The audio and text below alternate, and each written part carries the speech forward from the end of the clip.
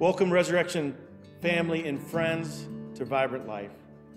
And also welcome to our 2022 Stewardship Appeal as we live into Vibrant Life. This past spring, we invited the congregation to listening sessions. We knew that coming back out of COVID, we would be experiencing some different things. Church would be different.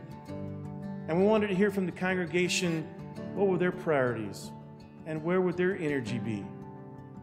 So partnering with the St. Paul Area Synod, we trained over a dozen listeners who sat with over 50 family units and received their feedback. For those family units that engaged in the listening sessions, thank you, as you have given the leadership at Resurrection clarity and confidence that we can do this together. And as we gathered the feedback, it was clear that there were several areas of emphasis and expectation. Resurrection wants to engage in more outreach beyond our walls, planting hope, hope for the journey home. Today's harvest and Friends of Tasaga are some of our current outreach priorities. But we also heard feedback about reaching out to the community and inviting others to come to Resurrection so that Resurrection would be their church home. There'll be more about that in the coming weeks. Resurrection is also blessed with land and also blessed with opportunities to grow. So our land and building team has been reconstituted, and they're taking very preliminary steps towards recommendations for a land and building future. But the most feedback we received were about ministry programming, supporting our staff, and financial stability. And the reality is that financial stability supports our ministry program that is led by our wonderful staff. So in order to respond to that feedback, we brought together a stewardship team and entered into a process that moved us from stop kind of picking around the edges of Resurrection being financially stable with a letter here or a special ask there, but to really lay out the financial need in very clear terms. We were able to secure a special gift that allowed us to hire a consulting firm to lead and train us through a new stewardship appeal process. So our stewardship appeal process this year will look a bit different. It will be more direct, more clear as to our 2023 ministry goals and what it will take financially to get there. So today, we launch our 2022 Stewardship Appeal, and I ask that you join me in praying for this time, leaning on the power of the Holy Spirit who leads us into vibrant life. Hi, I'm Jay Hickey. Resurrection Lutheran Church has changed church for me. Before Resurrection, I went to church all of my life. But after visiting Resurrection the second time, I think it was, about 25 years ago, I was asked if I'd be willing to serve. And I said yes. And the next Sunday, my wife and I were greeters.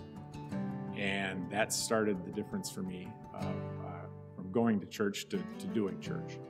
And so we have considered ourselves part of Resurrection's ministry ever since then. Whether it's washing windows or serving refreshments or serving on MLT or teaching Sunday school, it's all part of doing the ministry. It's all important. And it's how we do church. It's all about bringing people to Jesus and bringing Jesus to the people.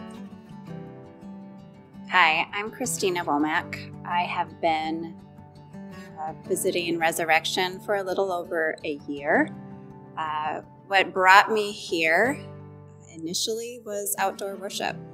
And as I came here and then was listening to the music and realizing the strong community that Resurrection is when I knew that we had found our church home. My daughter and I live here in Woodbury. We relocated about a year and a half ago. And my word for what we've experienced is village. About 5 years ago, right after I had my daughter, I realized what the meaning of "it takes a village" means when raising a family. And that's what we have found here. We have found neighbors, we have found school, we have found our church, and that village is what is supporting me and my daughter. So while I initially found this home, this village for my daughter, what I have found is a village for me as well. One instance, one time when I really felt that come alive was right before my daughter's birthday. For those of you that have been at Resurrection for a while, you know standing on the chair is a big deal. And Pastor Paul heard that my daughter's birthday was that week and invited her to stand on the chair, and everybody said happy birthday to her. And when we were leaving that day, she asked me, why did Pastor Paul do that? And why did everybody say happy birthday? And before I could answer her, she said, I think it's because they love me. That's when I knew that this was our church home. My daughter and I have felt love from this whole congregation. And for that, we will be forever grateful.